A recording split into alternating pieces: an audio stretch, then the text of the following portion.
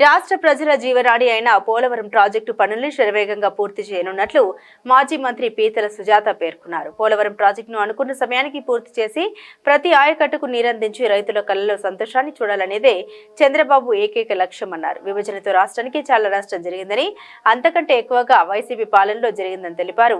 2014-2019 మధ్య చంద్రబాబు ముఖ్యమంత్రిగా ఉండగా 11,762 కోట్లు పోలవరం ప్రాజెక్టు కోసం ఖర్చు చేశారని, కానీ జగన్ హయాంలో 4,167 కోట్లు మాత్రమే ఖర్చు చేశారని తెలిపారు. చేసిన పనులు కూడా నాసిరకంగా జరిగాయని తెలిపారు. వైసీపీ హయాంలో పోలవరం నిధుల్ని పూర్తిగా దోచేశారని ఆరోపించారు.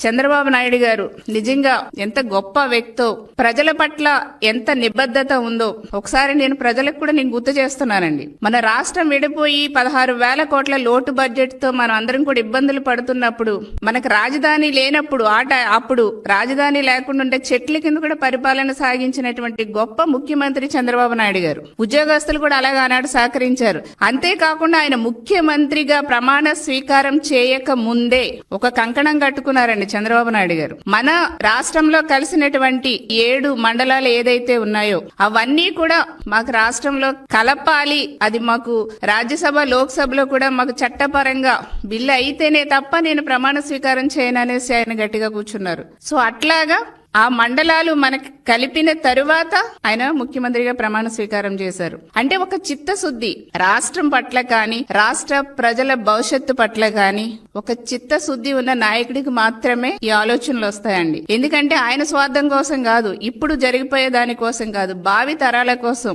ఆయన ఒక ఆలోచనలు చేస్తారు, ఒక సంస్కరణలు తీసుకొస్తారు.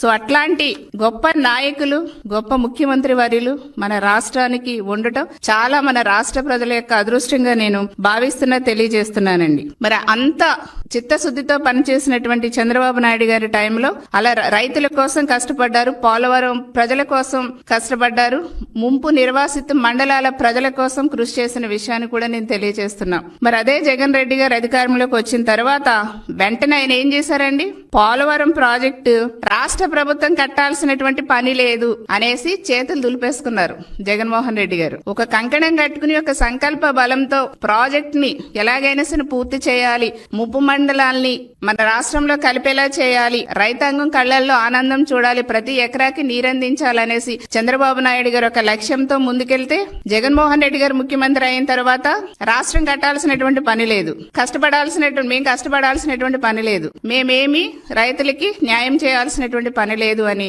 ఎంతో నిర్లక్ష్యంగా పోలవరం ప్రాజెక్ట్ ని గాలికి వదిలేసినటువంటి మహానుభావులు ఎవరైనా ఉన్నారంటే అది జగన్మోహన్ రెడ్డి గారండి.